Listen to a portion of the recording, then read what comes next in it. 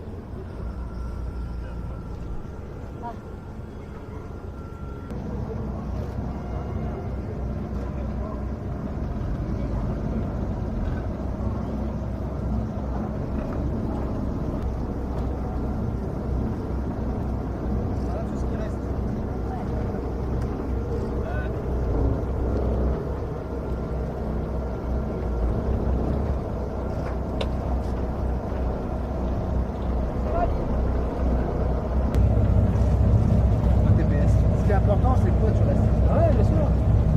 Bravo. Merci. Moi, je dis bravo à ce que tu as fait. Le principal, c'est d'arriver. Ouais, voilà. On n'est pas.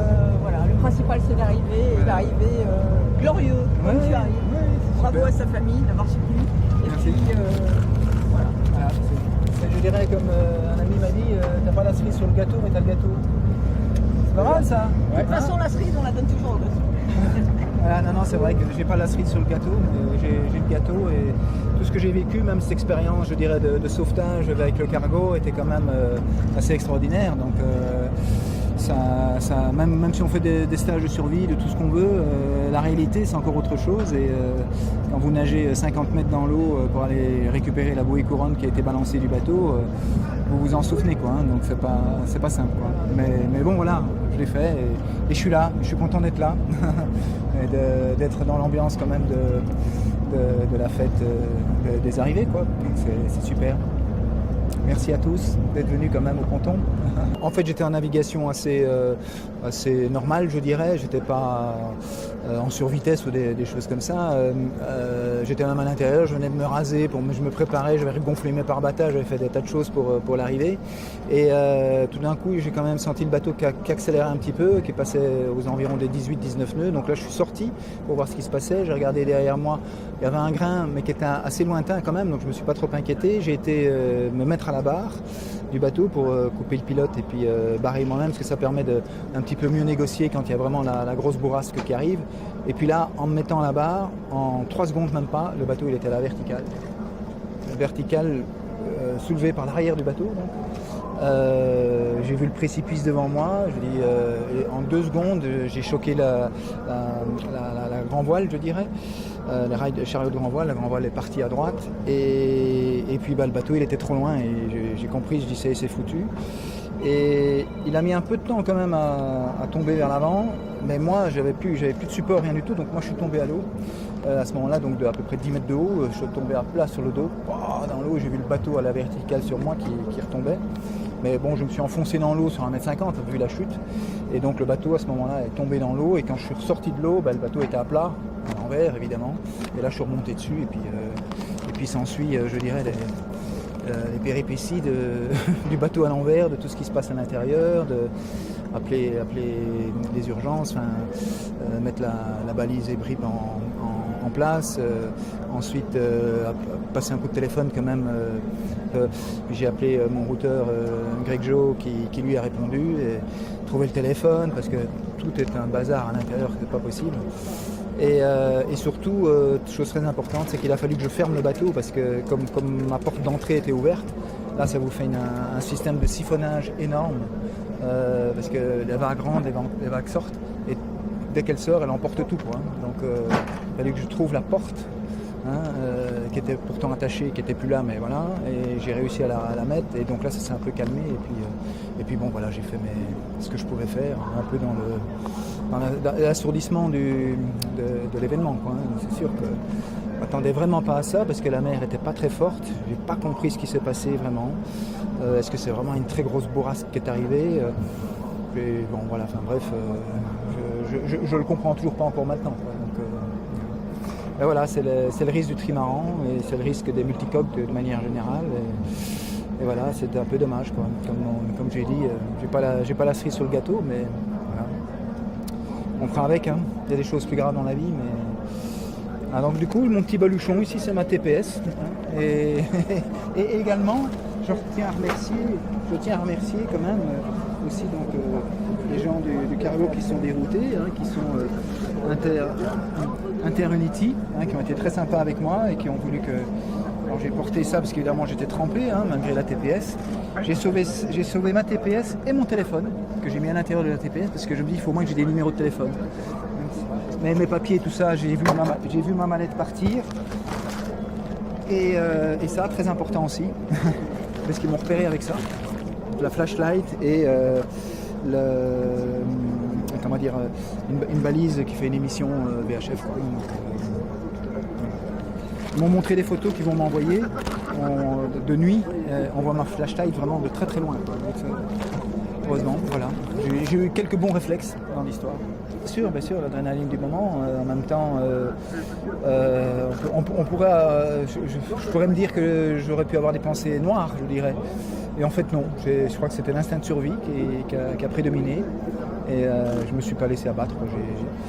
J'ai tout de suite essayé de réagir le mieux possible, préserver les batteries aussi, parce que je me dis je ne sais pas pour combien de temps j'en ai. Quand j'ai appris qu'il y avait un cargo qui arriverait dans 2 heures, 2 heures et demie, je me suis dit oups, là ça va être... Encore faut-il monter dessus. Hein. Ça, ça on n'apprend pas dans les manuels. Hein. C'est pas simple. Mais voilà, je suis là et je suis très content d'être là. Parmi vous. Franchement, pour moi, c'était plus qu'une formalité quoi, d'arriver et j'ai vraiment été surpris, mais d'une manière... parce que j'étais pas là en train de me dire il faut que je le rattrape, j'étais pas là en train de pousser sur le bateau. Hein, non, vraiment, c'était... voilà, la faute n'a pas de chance, ou la mer qui n'a pas voulu me laisser passer, peut-être, hein, je ne sais pas. On peut tout imaginer, hein, mais bon, il faut rester positif dans la vie. Voilà, on est tous là. Et puis on va manger un bon steak. Non, et puis à bord du bateau, c'est vrai qu'ils voulaient tout le temps me nourrir, me donner à manger. J'ai dit oh, ça va, c'est bon. moi qui n'ai rien mangé pendant 10 jours, hein, 14 jours. Donc, pas manger grand chose en tout cas. Donc, voilà.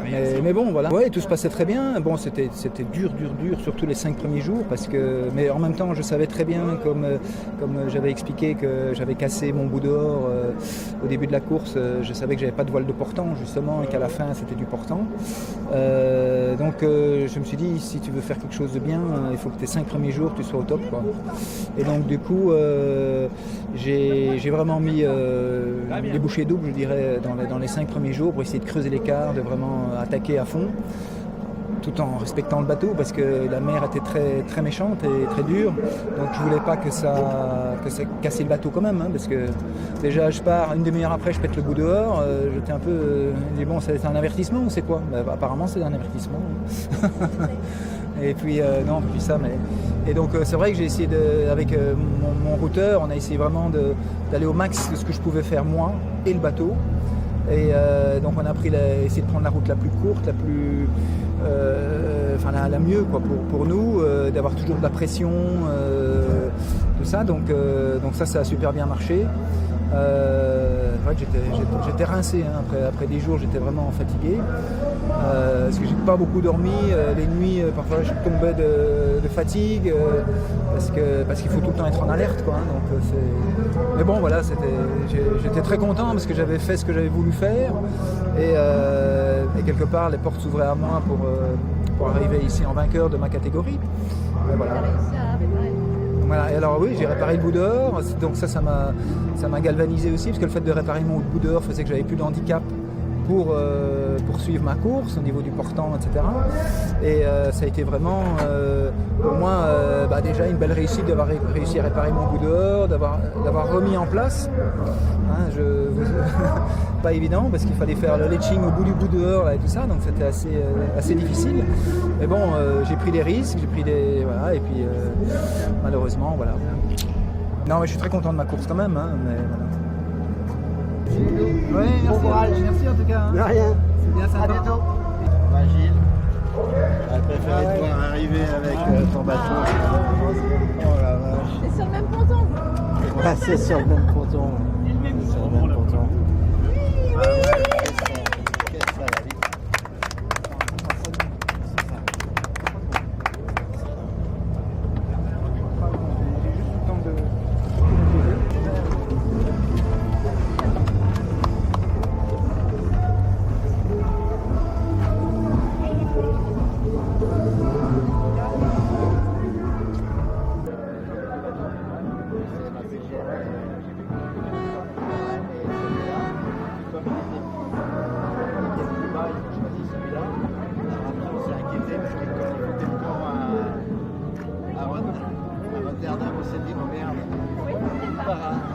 On était tellement contents que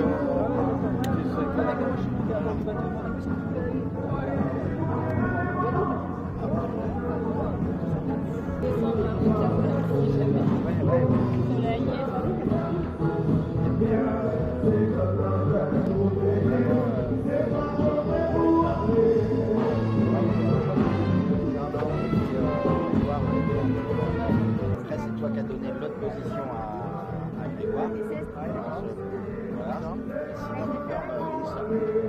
Alors en fait, moi je l'ai pas mise dans l'eau, je l'ai laissée à côté. Ouais, alors, elle a très très bien localisé, voilà. Parce qu'en plus, comme on n'avait pas beaucoup de positions, Ouais, en plus avec cette période de merde.